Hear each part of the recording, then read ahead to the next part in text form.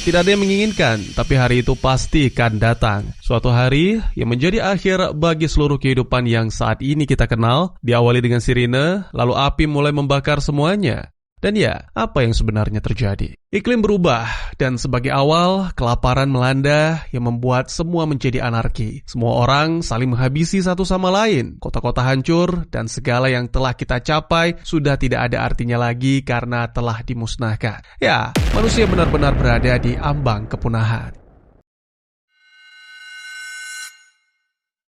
Setelah 1 abad, sedikit dari mereka yang selamat akhirnya berhasil menata kembali semacam keteraturan dan membentuk klan-klan baru dengan peluru sebagai mata uang utama mereka. Saat siang, matahari berkuasa di atas tanah yang tandus, sementara di sisa waktu lainnya dunia tenggelam dalam kekacauan karena tidak ada hukum yang benar-benar berlaku. Jika biasanya target melarikan diri dari pemburu, yang ini beda. Justru target yang mendatangi pemburu. Ya, seorang pria bertubuh tegap mendatangi sebuah pondok di mana sang pemburu telah santai menanti sambil menikmati segelas minuman. Dengan tenang, si pria tegap meletakkan semua senjatanya kecuali pistol. Itu pun karena si pemburu sangat menyukai pistol tersebut. Pria tegap atau selanjutnya akan saya sebut Yuri menanyakan siapa yang memberikan harga atas kepalanya sembari meletakkan 2 jempol yang telah dipotong. Meskipun demikian, si pemburu tidak mungkin mengungkapkan, lalu segera mengacungkan senjata. Dia juga melihat pistol cantik milik Yuri yang ternyata kosong, jadi ya pasti tidak berguna. Sekali lagi, Yuri menanyakan siapa yang membayar agar nasib si pemburu tidak berakhir sama dengan para pemilik jempol, namun si pemburu malah mengancam akan memotong lidah Yuri, sehingga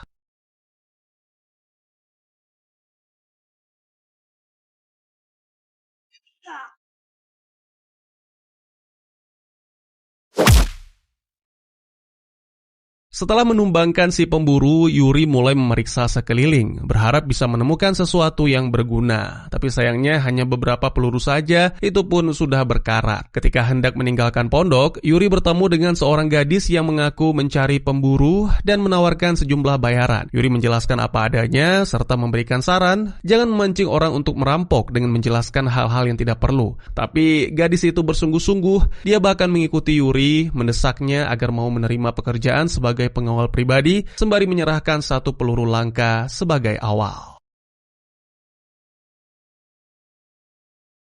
Total yang nantinya dibayarkan ada 12 peluru dan itu membuat Yuri penasaran bagaimana seorang gadis bisa memiliki peluru langka sebanyak itu. Si gadis yang diketahui bernama Maria menjelaskan bahwa tujuan mereka adalah ke tembok yang berjarak kurang lebih 7 malam perjalanan. Jadi ada banyak waktu bagi Yuri untuk mencari tahu. Yuri pun setuju, lalu dimulailah petualangan mereka di daratan tandus ke tempat yang disebut tembok. Meskipun dengan seorang gadis, tapi Yuri tetap waspada dan menjaga jarak, serta meminta Maria untuk tetap fokus agar tidak tertinggal. Dalam perjalanan, Yuri mengajukan beberapa pertanyaan dan diketahui bahwa Maria berasal dari kelompok yang menempati suatu lembah atau mereka menyebutnya komune. Maria melarikan diri dari sana bersama seorang wanita yang ia panggil ibu, namun pada akhirnya ibu berubah pikiran sehingga Maria meninggalkannya.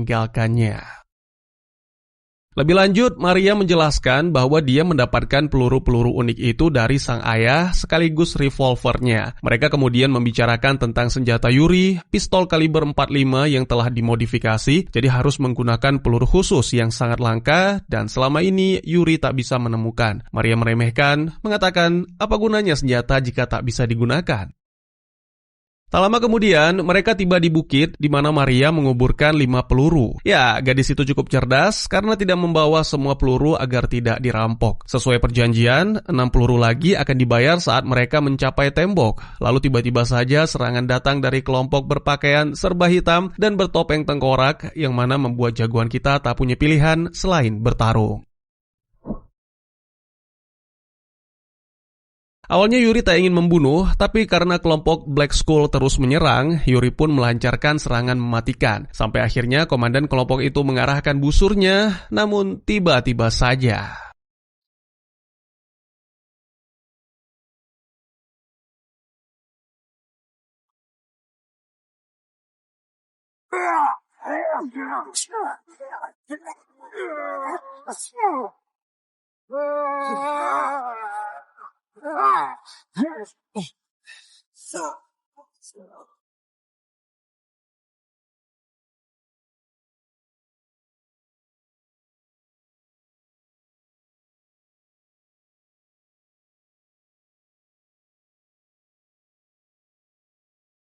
Tembakannya bagus, hanya saja dari sekian banyak bajingan mengapa harus yang ini yang tertembak. Sembari memungut peluru, Yuri mengatakan bahwa mereka harus segera melanjutkan perjalanan serta mengurangi waktu istirahat agar bisa segera tiba dalam waktu 3 malam. Saat melanjutkan perjalanan, Yuri menjelaskan bahwa sudah lama kelompok Black Skull memburunya sampai-sampai kini Yuri sudah lupa apa masalahnya. Tapi kini masalah akan menjadi semakin rumit karena ternyata yang ditembak oleh Maria adalah seorang ahli waris. Beberapa waktu kemudian, mereka mencapai bukit lain dan memutuskan untuk beristirahat agar bisa bangun pagi-pagi sekali. Keesokan paginya, ketika terbangun, Maria tidak menemukan Yuri di dekatnya dan setelah mencari di sekitar, gadis itu melihat bahwa Yuri sedang latihan. Momen ini dimanfaatkan Maria untuk mencari tahu asal-usul Yuri dengan memeriksa barang-barang. Gadis itu menemukan sebuah kitab kuno yang berisi berbagai macam ilmu pengetahuan termasuk ilmu bela diri. Yuri memergoki dan mengakui bahwa hanya bisa memahami sebagian isi buku dan segera mengajak Maria untuk bergegas menuju pasar. Sementara itu, sesuai dugaan, kelompok Black Skull datang ke lokasi sebelumnya dan marah ketika menemukan mayat-mayat rekan mereka.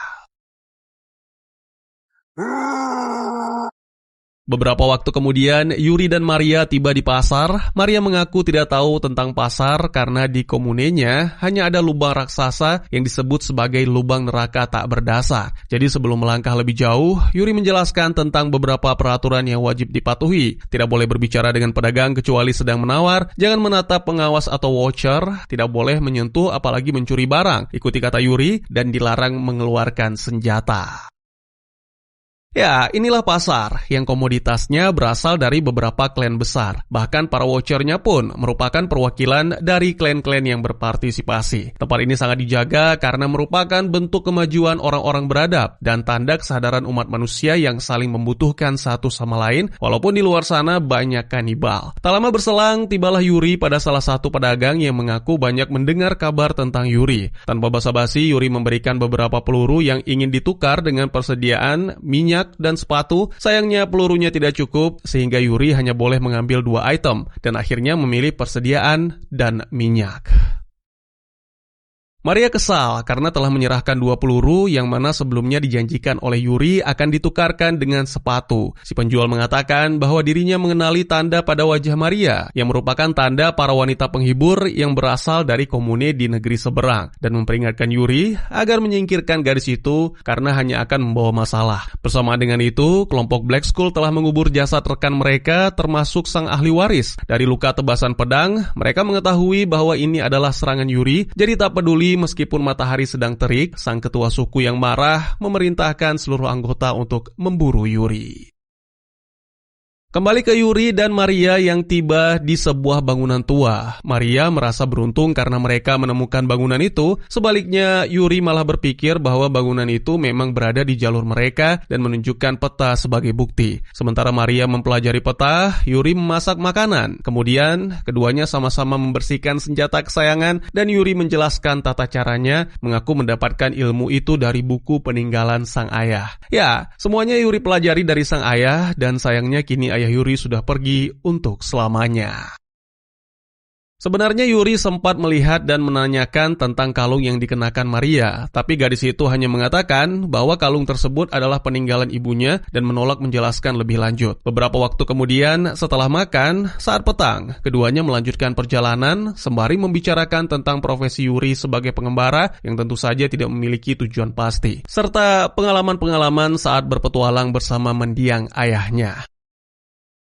Tak lama, Yuri meminta Maria berhenti dan mulai memperhatikan menggunakan teropong. Ada seseorang yang berjalan tertatih sambil membawa bendera. Meskipun demikian, orang itu disebut runner yang bertugas mengirim pesan antar klan. Dulunya memang menggunakan burung, tapi karena sering dimangsa oleh manusia lapar, jadi semua klan sepakat menggunakan runner. Tidak ada yang berani menyerang runner karena ada pengintai yang disebut Bloodhound selalu mengawasi. Sementara itu, klan Black Skull telah mencapai pasar dan segera memaksa seorang watcher untuk memberikan informasi tentang Yuri, tapi bersedia membayar dengan banyak peluru. Правила вас уважать. Saat gelap, Yuri dan Maria menemukan bangunan lain dan memutuskan bermalam di sana. Sangat disayangkan, lelah membuat jagoan kita lengah sehingga tidak menyadari kedatangan penyusup.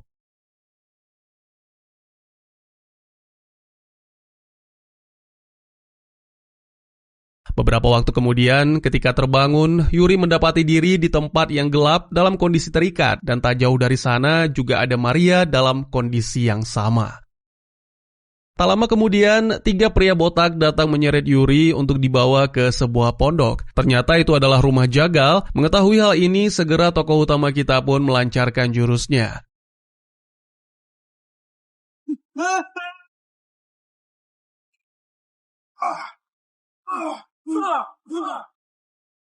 Tentu para pria botak bukan tandingan Yuri, sehingga mereka melaporkan kepada pimpinan dan diketahui bahwa itu adalah kelompok kultus pemakan manusia. Pimpinan atau pendeta mereka memerintahkan 3 pengikutnya untuk mengkonsumsi makanan suci berasal dari jamur yang tumbuh dari mayat manusia. Mereka kemudian kembali ke gubuk untuk mencari Yuri, sementara Yuri sedang membebaskan Maria dan seorang pria yang mengaku mengetahui gudang senjata, lalu tiba-tiba saja.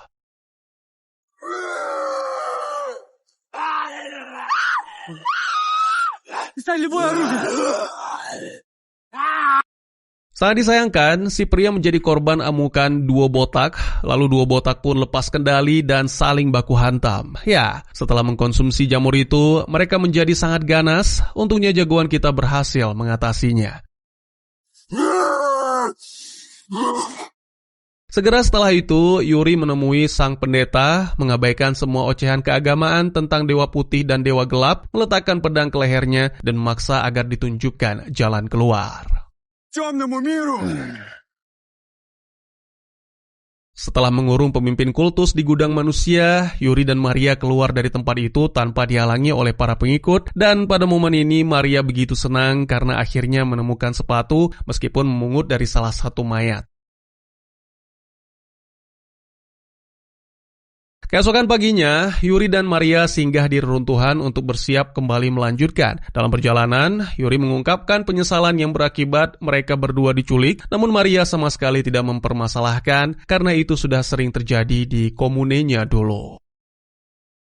Maria juga menolak rasa kasihan Yuri karena dirinya sudah cukup banyak menyaksikan kekejaman manusia. Mulai dari dibuang sang ayah, sampai nyaris dijual sang ibu sebagai budak, semua kekejaman itu sudah berlalu, dan kini satu-satunya tujuan Maria adalah balas dendam. Terjadi perdebatan, karena menurut Yuri balas dendam tidak akan ada habisnya. Ironisnya justru itulah yang diinginkan Maria, gadis itu tidak akan berhenti meski balas dendamnya telah tercapai. Tiba-tiba saja Yuri mendengar sesuatu dan segera menggunakan teropong untuk memantau sekitar. Ternyata Black Skull berhasil menyusul dan jarak mereka sudah tak jauh lagi, sehingga Yuri mengajak Maria mengenakan pelindung untuk berlari sejauh mungkin sampai tengah hari. Beberapa waktu kemudian, tibalah saatnya berhenti, jadi mau tidak mau mereka harus memberanikan diri menghadapi. Untungnya Black Skull tidak mengetahui jumlah peluru Yuri dan Maria. Lagi pula, untuk bisa menyusul secepat ini, pastinya Black Skull tidak beristirahat sama sekali. Mendengar hal ini, Maria dengan mantap menantang Black Skull untuk maju, dan ternyata cara itu berhasil. Pemimpin Black Skull menjadi ragu dan memutuskan untuk beristirahat. Еда добыть, сил набрать. Meskipun demikian, kondisi ini pastinya tidak bertahan lama, jadi Yuri pun mengungkapkan idenya. Saat petang, Yuri dan Maria berpindah ke lokasi lain. Yuri menjelaskan suatu tempat yang disebut sisa dunia lama, dan tempat itu nyaris tak tersentuh karena dijaga oleh kutu, jadi mustahil untuk bisa keluar hidup-hidup. Yuri sendiri yang akan ke sana, sementara Maria diminta menunggu, sembari memantau pergerakan kelompok Black Skull. Ya, sesuai dugaan, Black Skull juga mulai bergerak, sementara jagoan kita telah tiba di lokasi dunia lama yang lebih mirip seperti bekas pelabuhan di mana banyak sekali peti kemas. Jangan salah paham, mengira kutu adalah serangga kecil. Kutu di sini adalah sebutan untuk robot penjaga bertenaga matahari. Mereka dapat mendeteksi apapun yang mencurigakan, bahkan Yuri sempat ketahuan sebelum masuk ke salah satu peti kemas. Sementara itu, Maria melihat kelompok Black Skull mulai mendekat dan segera menjadi panik berharap Yuri segera kembali. Yuri sendiri masih mencari-cari senjata yang bisa digunakan dengan robot penjaga yang terus berusaha mendobrak masuk. Pada akhirnya, salah satu kutu berhasil menerobos masuk dan untungnya di saat yang sama Yuri menemukan senapan sehingga Yuri pun segera menggunakan senapan tersebut plus peluru yang diberikan oleh Maria.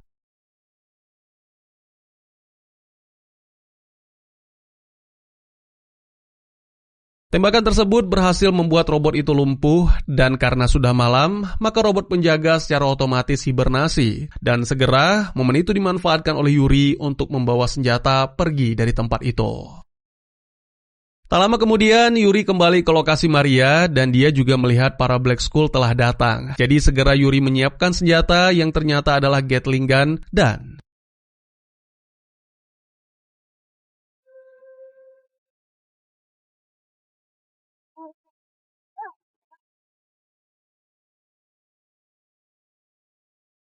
dalam sekejap, seluruh anggota Black Skull tewas tertembak, bahkan di antara mereka ada yang tubuhnya hancur. Yuri mengatakan akan memeriksa mayat-mayat anggota Black Skull, baru setelah itu mereka memutuskan mau kemana. Maria malah marah dan menegaskan bahwa tujuannya tetap ke tembok untuk balas dendam. Kali ini Yuri tidak mau berdebat dan hanya menyerahkan jurnalnya sebagai pembelajaran bagi Maria.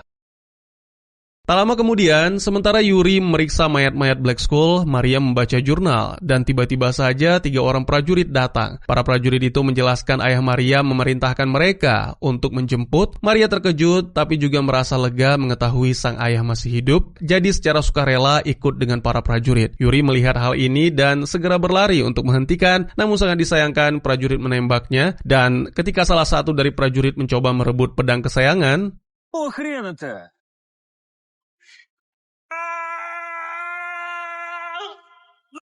prajurit lain menjelaskan bahwa Maria terlalu berharga, jadi tidak bisa ditukar dengan apapun. Mereka mengucapkan terima kasih dan kini akan membawa Maria ke tembok, serta berharap Yuri tidak mengikuti. Sebelum pergi, Maria meninggalkan kalung kesayangan untuk Yuri, yang mana dikatakan sebagai kenang-kenangan. Akhirnya Yuri hanya bisa merelakan karena tak mungkin bisa melawan dengan kondisi seperti sekarang.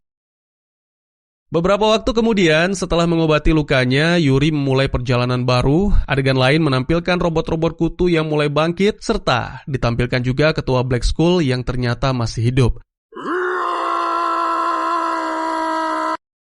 Sementara itu, Maria kini telah tiba di istana untuk dipertemukan dengan sang ayah. Ya, ternyata ayah Maria adalah seorang raja bernama Koro. Sang raja mengenakan mahkota dari peluru-peluru dan duduk di singgasana yang tersusun dari beberapa senapan. Dia memperkenalkan Maria kepada seluruh petinggi militer serta dayang-dayang, mengatakan bahwa Maria adalah calon pertama pewaris tahta dan semoga yang terakhir.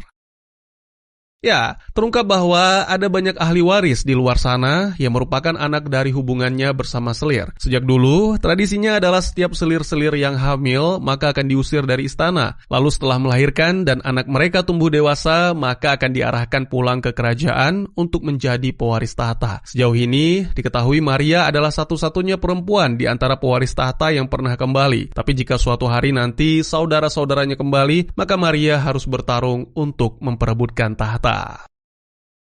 Maria mengaku tidak tertarik karena tujuannya hanyalah balas dendam dan tentunya tidak mungkin dilakukan saat ini, jadi gadis itu memutuskan pergi. Raja Korol menahannya, berjanji akan memberikan Maria kesempatan balas dendam, tapi sebelum itu Maria diminta untuk berduel dengan salah satu selir. Masing-masing dibagikan senjata, namun saat duel dimulai, Lebam.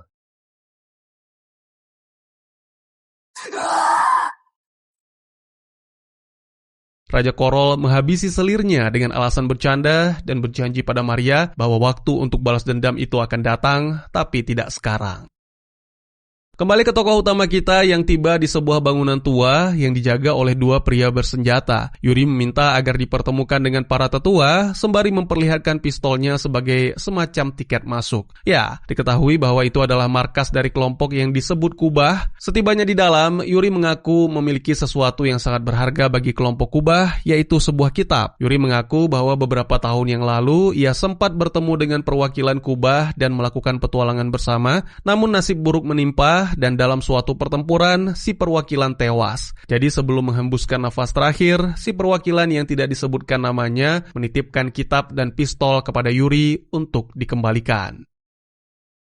Setelah itu, Yuri juga mengaku bahwa pistol hanya berisi 3 peluru dan telah dihabiskan di jalan kebenaran. Kini Yuri akan melakukan suatu misi penting, jadi memohon kepada para tetua untuk meminjam pistol tersebut beserta pelurunya. Karena kemanapun Yuri mencari, tetap tidak bisa menemukan peluru yang pas untuk pistol itu. Permintaannya dikabulkan, Yuri kemudian dibawa ke sebuah ruangan tempat salah satu orang penting kelompok itu diawetkan dan ternyata ada pistol yang sama di sana dengan beberapa peluru. Yuri menjelaskan alasannya mengembalikan kitab, yaitu karena suatu nasihat dari si perwakilan Kubah, bahwa mundur bukan berarti kalah, sama halnya seperti sekarang ini. Yuri hanya mundur, tapi tidak berhenti karena ia akan datang ke tembok untuk menyelamatkan Maria. Selain itu, Yuri menanyakan tentang tulisan pada pistol, yang artinya, meski berada di lembah tergelap sekalipun, aku tidak takut dengan kejahatan, karena akulah kejahatan yang paling menakutkan. Setelah mendapatkan beberapa peluru, Yuri pun pergi meninggalkan tempat itu, serta setelah berjanji akan mengembalikan pistol tentunya. Para tetua berbincang tentang Yuri, meyakini bahwa Yuri adalah kesatria yang tersisa dari dunia lama, yang menghabiskan seumur hidupnya untuk mengembara dan memegang teguh kehormatan atau biasanya dikenal dengan Ronin. Beberapa waktu kemudian, Yuri menyerang salah satu pengintai atau disebut Bloodhound untuk mengambil kostumnya, lalu menuju ke tembok. Setibanya di sana, dua penjaga mencoba menghalangi dan tentunya itu bukan masalah. Inilah tembok, sebuah istana kerajaan Korol. Disebut tembok karena seluruh wilayah istana dan kota dikelilingi tembok setinggi puluhan meter yang memisahkan antara manusia beradab dengan para kanibal. Selanjutnya, Yuri melewati koridor panjang di mana para penjaga telah menanti dan lagi-lagi Yuri terpaksa meladeni mereka.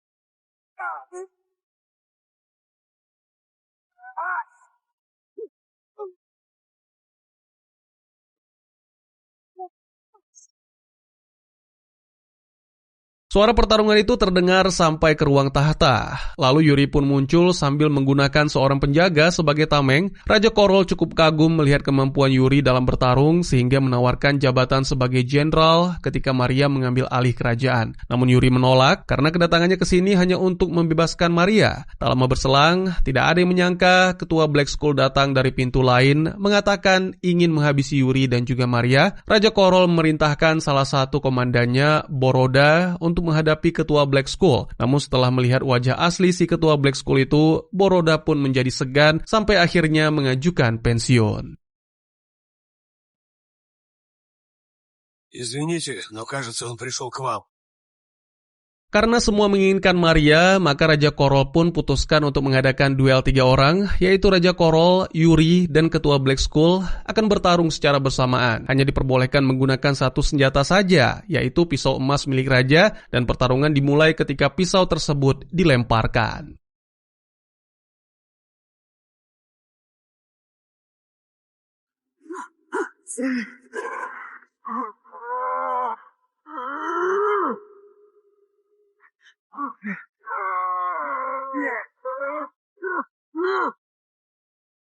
Ketua Black Skull yang pertama tewas akibat menerima banyak tikaman dan selanjutnya sangat disayangkan jagoan kita yang tumbang. Ternyata Korol menjadi raja bukan bermodalkan mulut besar belaka. Pria itu benar-benar bertarung dengan sangat baik.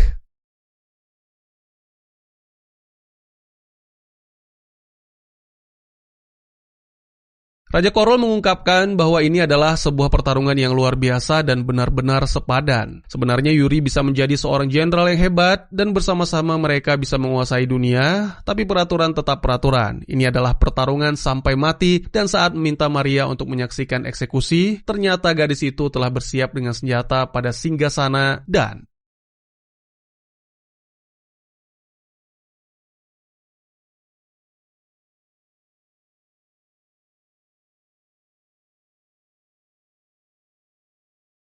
Begitu semuanya usai, sebagai ratu, Maria memerintahkan semua orang keluar kecuali tangan kanan raja. Maria kemudian menghampiri Yuri yang ternyata masih bertahan. Yuri kembali mengingatkan tentang buruknya dendam dan ambisi manusia yang tak ada habisnya, tapi Maria tidak mau mendengarkan apapun lagi karena menganggap semua itu omong kosong. Menurut gadis itu, dunia yang mereka tinggali kini hanya ada darah dan penderitaan, dan Maria mengklaim bahwa dia telah menerima dunia yang seperti itu. Dia juga menyarankan kepada Yuri agar tidak berbohong pada diri sendiri dan melanjutkan pengembaraan mencari pembunuh sang ayah, namun Yuri hanya diam dan melangkah pergi karena kecewa dengan sikap Maria.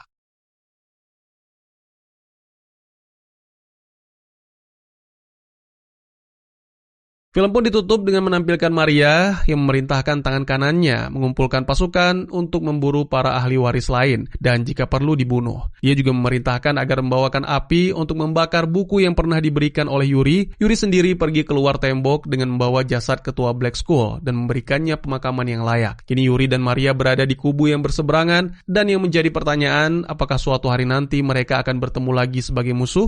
Dan tamat. Di bagian akhir, kita melihat Yuri dan Maria akhirnya sampai ke tembok, yaitu benteng tempat Korol memerintah dengan gaya Mad King. Sejak awal, Maria hanya hidup untuk satu tujuan, yaitu menemukan ayahnya itu dan membalas dendam karena dulu dia dan ibunya dibuang dari benteng. Yuri sendiri beberapa kali mengingatkan kalau balas dendam tidak akan memperbaiki hidupnya, namun karena tidak punya tujuan lain dan tetap ingin melindungi Maria, dia tetap mengantar gadis itu melintasi daratan, atau di sini mereka menyebutnya lembah yang penuh geng, bandit, dan pemburu kepala yang juga punya dendam pribadi pada Yuri. Ketika mereka akhirnya masuk ke wilayah Korol, kita melihat bagaimana sang raja memperlakukan orang lain seperti hiburan, seolah nyawa manusia cuma bagian dari pertunjukan untuknya. Semua memuncak dalam satu pertarungan brutal ketika Yuri, Korol, dan kepala geng Black Skull bertemu dalam satu duel. Orang yang benar-benar menang justru Maria, karena dialah yang berhasil keluar hidup-hidup setelah semua orang kuat di sekelilingnya roboh. Setelah pertarungan itu, Yuri tergeletak dengan luka parah. Lalu ia bertanya kepada Maria, apakah setelah balas dendam hatinya terasa lebih lega? Maria menjawab dengan jujur namun ragu, iya, enggak tahu. Sehingga terasa bahwa dendamnya memang terbayar, tetapi perasaan kosong dan bingung tetap tertinggal. Dari cara adegan ini disusun, kita diajak menyimpulkan bahwa Yuri tidak benar-benar selamat. Dia mengorbankan dirinya supaya Maria bisa menutup kisahnya dengan Korol. Kalau dilihat dari maknanya, ending ini ingin menunjukkan bahwa balas dendam bukanlah obat ajaib yang langsung menyembuhkan luka lama. Di satu sisi, Maria berhasil mencapai tujuan yang ia kejar selama ini, namun di sisi lain, ia justru menyadari bahwa hidup setelah dendam terkabul tidak otomatis menjadi ringan. Sementara itu, Yuri digambarkan sebagai pejuang dari dunia lama yang hanya punya jalan, bukan tujuan akhir. Karena itu, wajar bila perannya selesai setelah ia mengantar Maria dan memberinya kesempatan untuk hidup, lalu ia sendiri dalam tanda kutip hilang dari panggung cerita. Akhirnya, film ini menutup kisahnya dengan nuansa pahit. Korol memang jatuh dan satu babak kekuasaan berakhir, tetapi harga yang dibayar sangat mahal dan masa depan dunia ini masih tetap terasa keras dan gelap, seolah ingin mengingatkan bahwa ketika hidup hanya dipenuhi dendam dan perebutan kekuasaan, yang berubah hanyalah siapa yang duduk di singgasana, bukan sifat dunianya. Bagaimana menurut kalian?